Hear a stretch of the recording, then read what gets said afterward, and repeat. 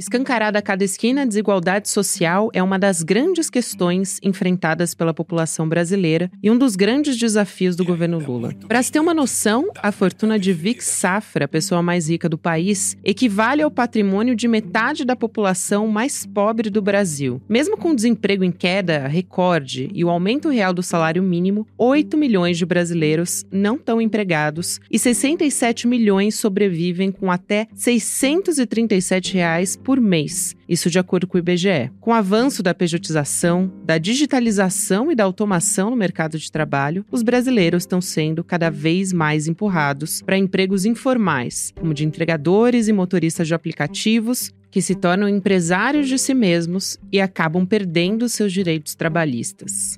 Existe uma forma de remar contra essa maré, que começou com a reforma trabalhista de 2017, segunda-feira, 19 de fevereiro de 2024.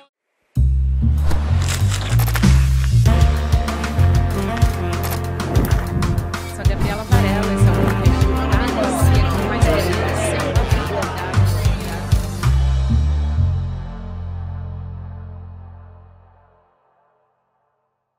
Olá, seja muito bem-vindo, seja muito bem-vinda. Eu sou a Gabriela Varela, esse é o Videocast em Detalhes, e aqui sempre com um convidado, uma convidada, a gente analisa uma temática ou uma notícia importante do momento.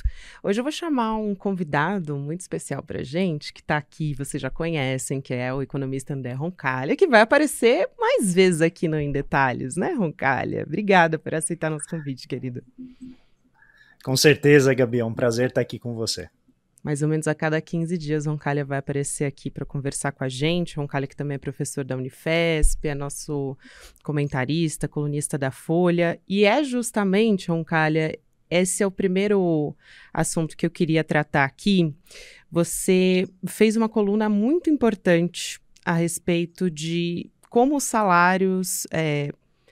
A gente teve uma notícia nesse mês, né, de que os salários perderam espaço na economia, no começo de fevereiro. Essa história. E aí caíram para menos de 40% do PIB, e esse é o menor nível em 19 anos. Então, dados recentes aí do IBGE, né, das contas nacionais que foram divulgados pelo IBGE. E aí você foi bem certeiro na sua coluna da Folha, que foi a última que você fez, inclusive, sobre como que isso evidencia as desigualdades no Brasil. Então, para a gente começar essa nossa conversa, eu queria te perguntar o que esses dados, o que te chamou mais atenção, o que eles mostram para a gente? Bom, Gabi, os dados, eles traduzem um pouco o que a gente chama em economia de conflito distributivo, ou seja, a disputa pelos cidadãos, né, pela renda da economia. Então todo mundo faz esforço e espera receber uma recompensa por isso. O que a gente está vendo é que na economia em geral, a economia brasileira, nos últimos, vamos pegar nos 5 anos, ali entre 2017 e 2021, que são os dados que o IBGE conseguiu oferecer para a gente até agora, quem se esforçou muito, assim, que são os trabalhadores, perderam espaço na economia. Então eles estão recebendo menos dinheiro, eles estão recebendo menos por aquilo que eles fazem. E isso é muito preocupante. É um problema grave que a economia brasileira enfrenta e ela tem, evidentemente, uma série de fatores por trás que explicam este resultado e que a gente pode explorar aqui. Mas, essencialmente, né, são dois. Primeiro, o trabalho está sendo mais mal remunerado, principalmente quem se esforça por investir na sua educação, que é o que a gente chama de prêmio salarial. Então, quando você faz um investimento em fazer, por exemplo, uma educação superior, quando você tenta se qualificar com uma pós-graduação, em geral, o mercado brasileiro está remunerando menos por isso. E o segundo ponto que explica essa queda da fatia da renda, dos salários na renda nacional, tem a ver com o arroxo que foi feito em cima dos salários do funcionalismo público. Então o governo Temer e Bolsonaro fizeram um pacote bastante arrojado, que o Temer chamou de ponte para o futuro, mas eu gosto de dizer que na verdade é um trem em direção ao século XVIII, XIX, e que o funcionalismo público foi identificado como o grande inimigo do equilíbrio fiscal, foi identificado como o grande inimigo da produtividade brasileira. Então, o resultado disso foi uma política bastante focalizada de reduzir os rendimentos reais, ou seja, quando a gente desconta a inflação, e os servidores públicos, de certa maneira, ajudaram nesse processo. Eu acho muito interessante quando você fala a respeito do funcionalismo, porque uma crítica, na verdade, normalmente é o contrário, né? De que, na verdade, o funcionalismo público tem privilégios demais. Isso é o que o senso comum diz e vai justamente na contramão disso, isso que você está falando, né? Em primeiro lugar, assim, o funcionalismo público ele é muito heterogêneo. Né? A gente nunca pode tratar um Estado do tamanho do brasileiro como sendo algo homogêneo, todo mundo nas mesmas posições, recebendo o mesmo salário e assim por diante. Então esse é o primeiro ponto. Aí eu vou deixar uma regrinha para quem nos acompanha aqui, que é o seguinte: se você trabalha no executivo municipal, a média salarial está algo em torno de R$ 4.000. Se você trabalha no executivo municipal. No executivo estadual, o valor dobra. Né, desculpa, no legislativo, perdão, vou começar de novo. Se você trabalha no executivo, a média salarial do Brasil inteiro é 4.000. Se você trabalha no legislativo, a média pula para 8.000, dobra. E se você trabalha no judiciário, a média dobra em cima do legislativo, ela é R$ 16.000. Ou seja, a gente está falando, primeiro, a respeito dos poderes da República, tem salários muito diferentes. Quando a gente vai quebrar a análise do executivo, que são as pessoas que trabalham na saúde, na educação, ou trabalham no governo federal, Polícia Federal, assim por diante, as divisões também são muito grandes. Então, o executivo federal, que é onde tem os melhores salários, eles não são acompanhados pelo executivo estadual e principalmente pelo executivo municipal, que é onde reside grande parte vamos dizer, do funcionalismo público, que são as pessoas que estão ligadas à área da saúde, à área da educação, que estão ligadas, né, às atividades de zeladoria dos municípios. Então, essa crítica genérica, né, de que o funcionalismo é o âmbito dos privilégios, equivale a nivelar por cima os benefícios dos funcionários públicos, que na sua maioria não têm acesso a esses benefícios, eles ficam mais focalizados na elite do judiciário e na elite do legislativo, e com isso você cria uma literal fake news, é uma falsidade sobre esse estado de privilégio. A maior parte dos cerca aí de algo em torno de 12 milhões de funcionários públicos que tem no país inteiro, trabalham muito e ganham muito pouco. Então a gente não pode tomar como base, né, ou referência aquilo que apenas uma elite muito específica, né, particularmente do judiciário recebe e vem lutando de uma maneira que é bastante curiosa, né? Quando você ouve promotores, juízes reclamando dos seus salários de R$ 37.000, né? Uma promotora recentemente disse que 37 mil era apenas para pagar as vaidades dela, que não dava para ela viver, e ela pleiteava então o aumento do salário. A gente vê isso de uma maneira bastante disseminada no judiciário, no poder judiciário. Mas essa não é a realidade do país inteiro, ao contrário, né? Não é a realidade do funcionalismo público que abarca municípios, estados e outras dimensões também da vida pública. Essa história, né, de R$ 37.000 só para pagar as vaidades num país como o Brasil é realmente um escândalo, né? Não sei como alguém tem coragem de falar isso em voz alta. Outra coisa que você traz no seu artigo, Roncalli, é como o poder de barganha explica também essa estagnação da renda do trabalho. E aí, eu queria entrar num ponto que eu acho que é fundamental aqui, e não tem como a gente fugir, que foi a reforma trabalhista de 2017. Queria saber qual foi o papel dela nisso e se essas mudanças nas relações de trabalho, a gente teve redução de empregos formais, como que tudo isso contribuiu para a gente chegar até aqui também? A reforma trabalhista de 2017, ela prometeu reduzir os custos para o empregador, então facilitar principalmente a demissão do trabalhador, o que traria mais flexibilidade para o mercado de trabalho. Eu vou fazer uma breve digressão, Gabi, para efeito de contextualização. Lá em 1964, existia a mesma preocupação em flexibilizar o mercado de trabalho, que é a facilidade de você demitir as pessoas e contratar novos trabalhadores de acordo com, eventualmente, a necessidade de um mercado específico, a necessidade da economia como um todo. Às vezes a economia está crescendo muito, às vezes ela está crescendo mais devagar, e aí você precisa, né, remodelar ali a estrutura da empresa, tem que ter alguma flexibilidade flexibilidade para você mandar embora o trabalhador ou a trabalhadora, mas sem com isso deixar essa pessoa totalmente, né, no vazio, sem renda, sem nada. Então criaram o Fundo de Garantia por Tempo de Serviço, né, essa discussão de como esse elemento, né, do FGTS pode ajudar o trabalhador a ter o que a gente chama uma estabilidade de renda. Na medida em que ele é mandado embora, você desonera o empregador e joga isso para esse fundo coletivo que o trabalhador e a empresa contribuem todo mês para que ele tenha uma manutenção da renda caso ele seja demitido sem justa causa, né? Então, esse instituto ele foi muito importante nesse período, porque a economia estava crescendo muito forte, né? A gente está falando às vésperas do milagre econômico, de 1967 a 1973, e o propósito dele era esse. Com o tempo, na medida em que o governo vai precisando arrecadar mais para acomodar os maiores gastos públicos que vêm, principalmente a partir do governo Fernando Henrique, né? Governo Fernando Henrique, governo Lula, governo Dilma, essencialmente todos eles, no espaço aí de cerca de 20 anos, aumentaram tributos para cobrir maiores gastos, tá? O que a gente vê é que o mercado de trabalho ele ficou mais engessado. Então a gente tem um conflito ali entre a proteção do trabalhador, né, que vem com o emprego formal, e o custo para o empregador. Então, a reforma de 2017 essencialmente elimina o custo para desempregar, então ela diminui o que a gente chama de contencioso judicial, então é mais difícil para o trabalhador questionar a demissão dele na justiça e tal. Claro. E esse resultado funcionou bem. Então diminuiu o custo para o empregador e facilita agora a demissão e facilita a recontratação. Isso está levando, evidentemente, a uma série de abusos, né, na medida em que empregadores demitem pessoas para recontratá-las por um salário menor, o que até pouco tempo era impedido, mas existem aí várias formas de você contornar, né, essa regra. Porém, outra promessa que a reforma trabalhista tinha é de que ela geraria milhões de empregos formais.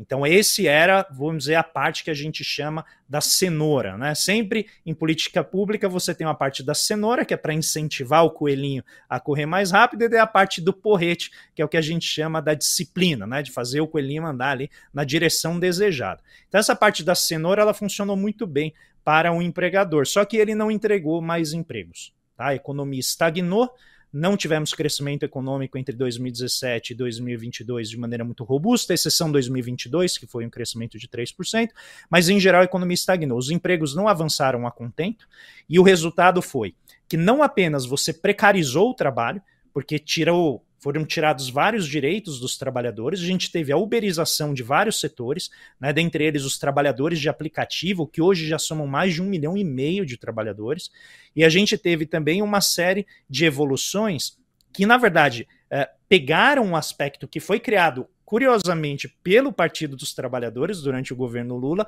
que é a figura, né, do microempreendedor individual, do MEI e também do PJ, né, essa ideia do PJ. Então, as empresas mandaram embora muitos trabalhadores e os recontratavam na forma de pessoas jurídicas. E isso vai gerar um elemento interessante na luta distributiva, que a gente pode explorar mais profundamente, mas que essencialmente precariza o trabalho, porque o trabalhador que antes tinha direitos, agora ele não tem mais nada, né? Antes ele contribuía com a previdência de acordo com o seu salário e obrigava o empregador também a contribuir com a previdência social, e agora ele contribui muito menos. Então, só um exemplo para deixar aqui na cabeça das pessoas: os trabalhadores PJ, né, que são as pessoas jurídicas, eles representam 1% dos trabalhadores, 15% dos trabalhadores que contribuem com a Previdência Social. Só que a contribuição deles equivale a 1% de toda a arrecadação. Então, note, em termos de participação populacional numérica, eles são muito grandes, só que a contribuição deles é muito pequena.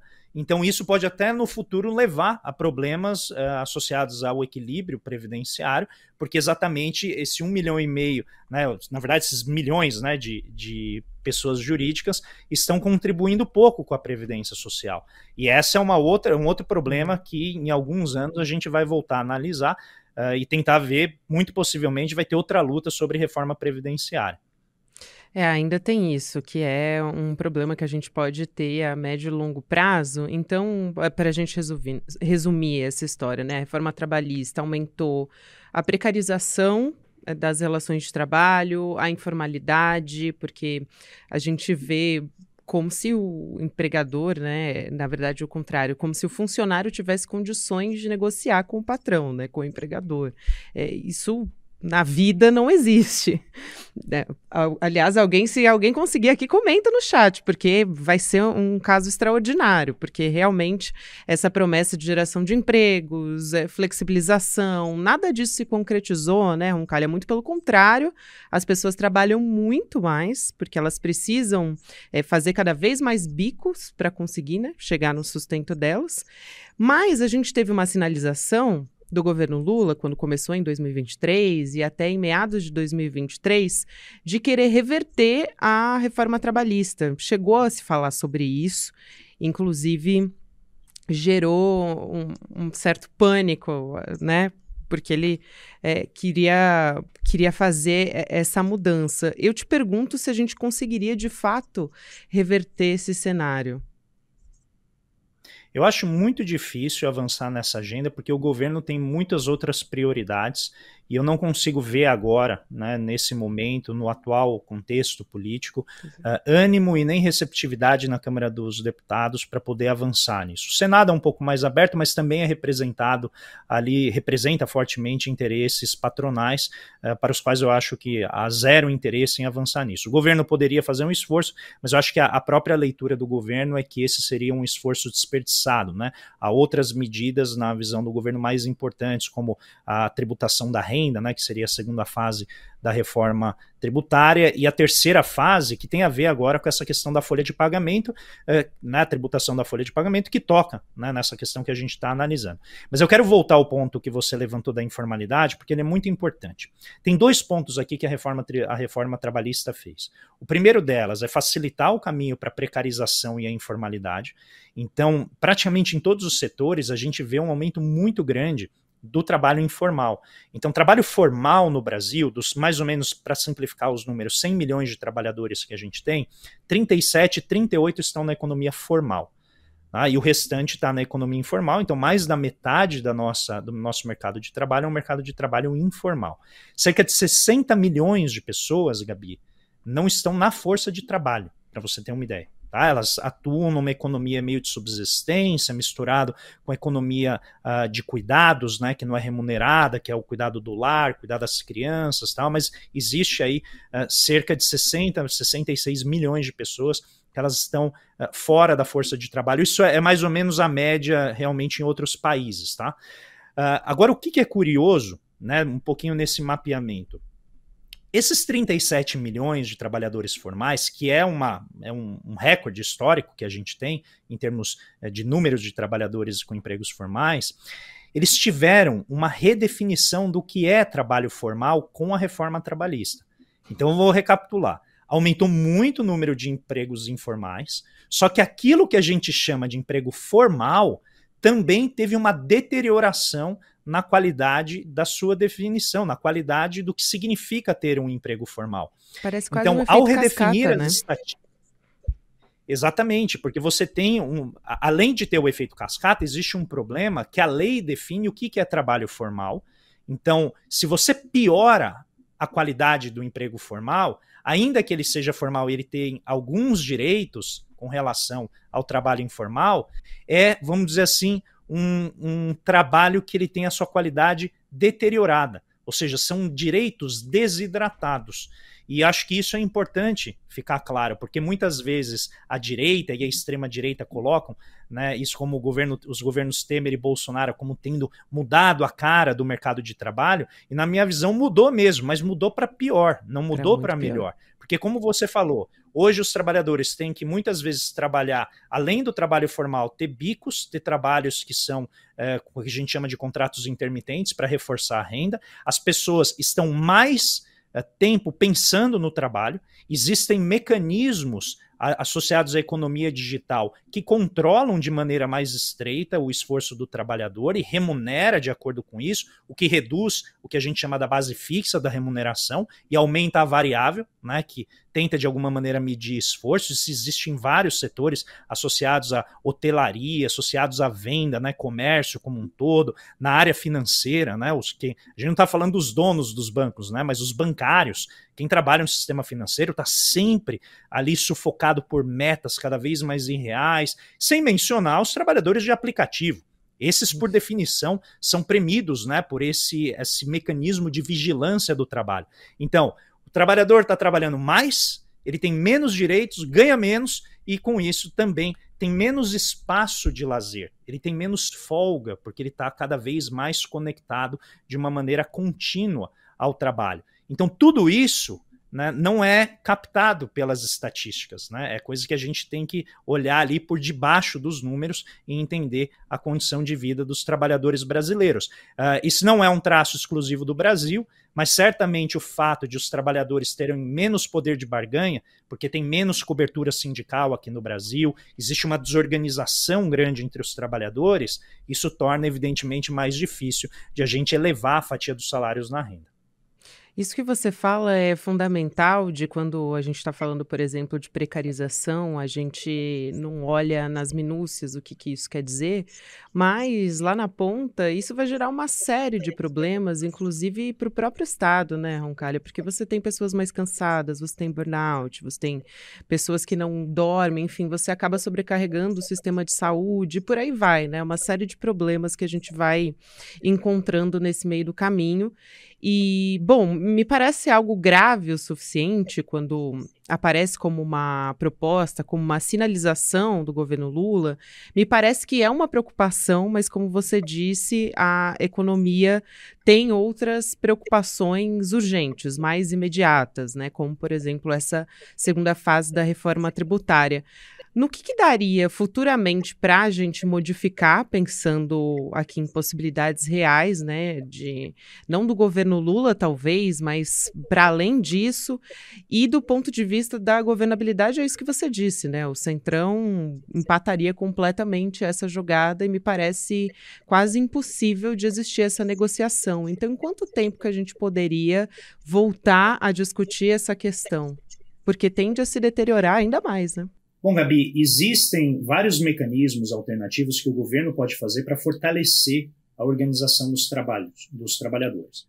Então, um mecanismo de, por exemplo, tornar os sindicatos uma possibilidade viável para os trabalhadores. Existem mecanismos tanto de financiamento público, que eu sei que causa muitos temores nas pessoas, né, por uma questão, o governo está gastando com sindicatos e tal, mas que são ferramentas utilizadas em outros países como uma forma de, pelo menos, impulsionar a organização inicial.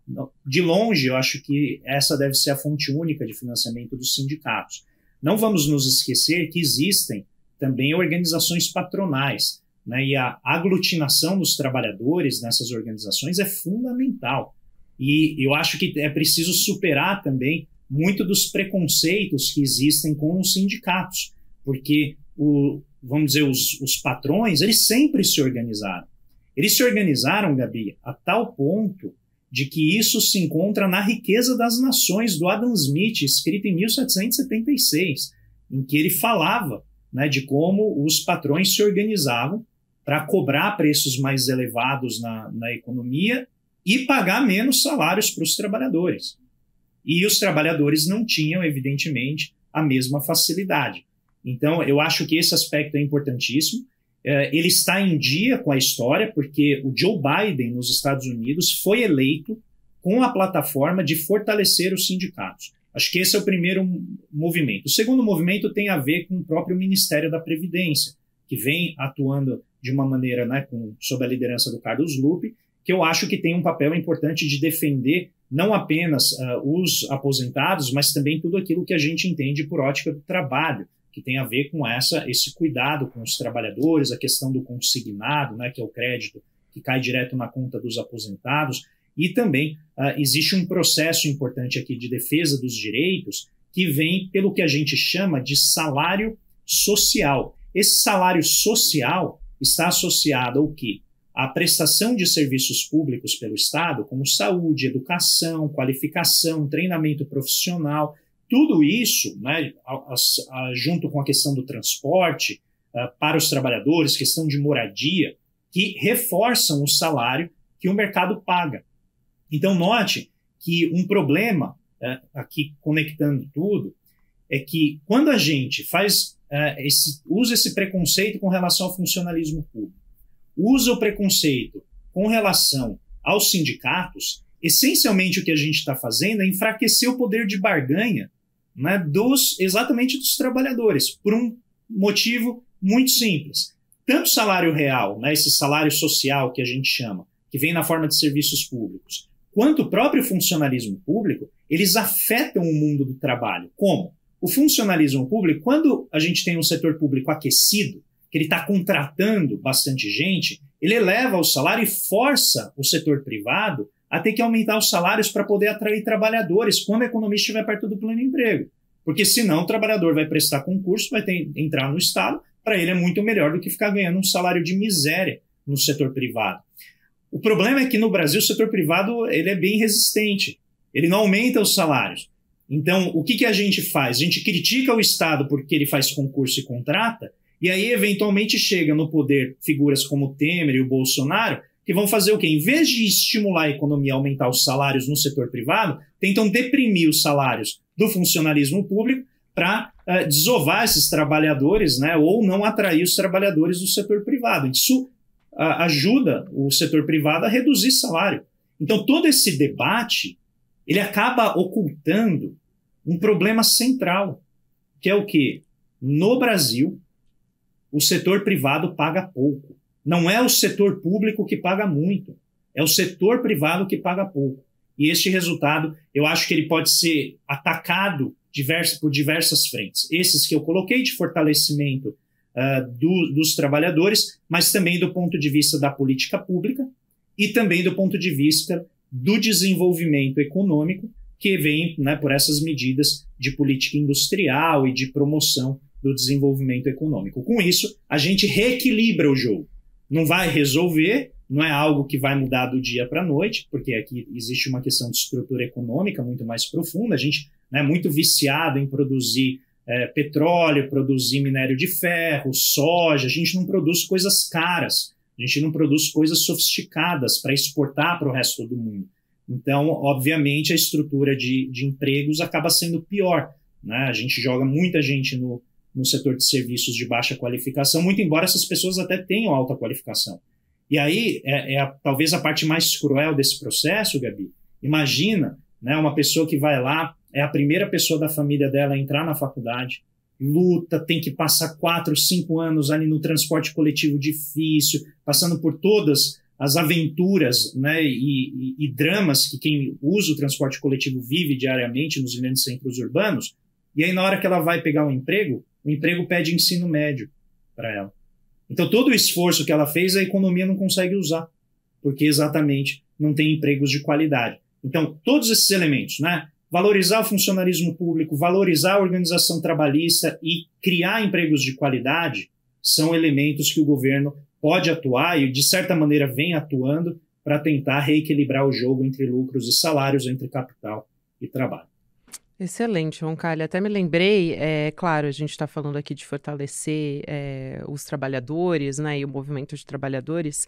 Há movimentos também da sociedade civil, inclusive, para tentar melhorar as jornadas de trabalho, né? Tem o movimento VAT, que ficou bastante conhecido no final de 2023 para tentar reduzir essa jornada 6-1, que é bastante comum no setor de serviços, por exemplo. Então, a gente vê que existe, né, essa movimentação, que é algo, por exemplo, que está sendo feito na Europa, de tentar reduzir a jornada de trabalho e ter melhores resultados, inclusive, e a gente vê isso acontecer aqui no Brasil, apesar de a nossa legislação ter andado na contramão nesses últimos anos, né? Roncalli, eu quero muito te agradecer, foi uma conversa importantíssima para a gente poder pensar nesse cenário, e acho que estava faltando, inclusive, a gente poder enxergar como é que esse aumento, né? Como é que a gente agravou uma concentração de renda e E a gente precisa falar sobre isso. É importantíssimo. Quero te agradecer muito. Obrigada, querido. Eu que agradeço, Gabi. É sempre um prazer. E eu quero só destacar um último ponto, se tiver tempo claro. aqui. A reforma trabalhista, ela agravou um processo que já veio com o início da pejotização, que é deslocar o trabalhador do seu autoentendimento como trabalhador para uma percepção dele como um empresário de si mesmo. Né? A figura genérica do colaborador, ele gera um agravamento nessa divisão dos trabalhadores, porque aquele que continua como trabalhador, mas mudou o contrato dele, começa a se enxergar como um microempresário. E essa mudança qualitativa, ela é importante, porque ela divide novamente os trabalhadores. E eu acho que o papel que nós temos aqui também no ICL é revelar que essas divisões entre trabalhadores são divisões criadas por quem se beneficia delas, que são as elites econômicas, as oligarquias do nosso país, financeira, agrária, extrativista. Então, conforme a gente redesenha a forma como a gente enxerga o trabalho, a gente vai começar a explorar esses elementos comuns de agregação para a defesa dos interesses dos trabalhadores, sejam eles trabalhadores formais, sejam aqueles associados aos aplicativos, sejam aqueles que estão no trabalho informal. E eu acho que esse é um papel importante que a gente tem, mas também a política pública, né, em oferecer um pouco essa capacidade de organização. Claro, isso é fundamental que você fala, Roncalli. É muito cômodo, inclusive, e para as elites que a gente tenha essa movimentação e essa mudança, né? Tentar incutir na cabeça das pessoas de que, na verdade, a vida delas melhorou, porque elas podem fazer a própria jornada de trabalho e se organizar, e aí, né, não tem alguém definindo o horário que ela pode entrar ou sair. Agora ela não tem mais horário para entrar ou sair, porque ela trabalha 12 horas, 14 horas por dia. Exato. Muitas vezes. Então, na verdade, não tem horário para sair mais, né? Exato. Porque ela fica constantemente sendo vigiada ali ou estimulada pelo ambiente de trabalho. É exatamente isso. Muito obrigada, Roncalli, mais uma vez. É sempre um prazer te ouvir, te receber aqui. Seja bem-vindo sempre. A gente se fala em breve. Obrigado. Um grande abraço. Até mais. O Geocast em Detalhes fica por aqui. Próximo episódio, para quem nos assiste no YouTube, vai ao ar às 10h30 da manhã. Mas antes da gente terminar, eu tenho um recado muito importante. A gente teve um encontro histórico com o Renato Freitas nesse último domingo. A gente está conversando na segunda-feira. O Renato Freitas, ele nos ensinou sobre a história dele, sobre como a importância de trazer a voz das periferias. Ele é uma voz da periferia hoje, como deputado estadual do Paraná, e a gente quer continuar essa conversa, te convidar para fazer parte da nossa comunidade do ICL, porque como membro você vai poder conferir uma websérie, ou seja, aprofundar um pouco nessa história do Renato. Uma websérie exclusiva aqui, original do ICL, que já está disponível e a gente lançou nesse último domingo sobre a luta do Renato Freitas e o trabalho dele como ativista também. Então, você pode ter acesso a uma versão estendida dessa entrevista que se você já assistiu com o Renato, você pode ter acesso a essa entrevista mais completa do que essa que foi ao ar no último domingo, e também para você que não assistiu, se você é assinada, para ter acesso ainda a conteúdo mais exclusivo. Agora a gente tem 4 episódios inéditos dessa websérie com o Renato Freitas. Você pode acessar em detalhes, icl.com.br, para poder, então, fazer parte da nossa comunidade. Fica o convite aqui para você, você não vai se arrepender, porque essa websérie, gente, é um conteúdo exclusivo nosso e que a gente está começando a trazer aqui no ICL para você também, e mais qualidade também. Obrigada a você que me acompanhou até aqui. Agora você fica com o Mercado Investimentos, depois tem Rolê ICL, ICL Notícias, segunda edição, às 6h da noite também. Lembrando que você pode nos ouvir também nas plataformas de áudio. Até amanhã. Olá, pessoal. Meu nome é Dênia, eu sou a professora do curso de Hatha Yoga. E eu vim aqui para falar um pouquinho sobre o nosso curso, todos os benefícios da prática. Então, a gente tem benefícios tanto no corpo físico, se você tem alguma dor, alguma doença, venha que você vai se sentir bem. O processo de transformação vai assim lentamente, mas vai aliviando as suas dores. ou se você está passando por alguma dificuldade, né, mental, um trabalho mais do emocional, como ansiedade ou depressão, a prática alivia os sintomas. Então, acessem aqui e participem do curso.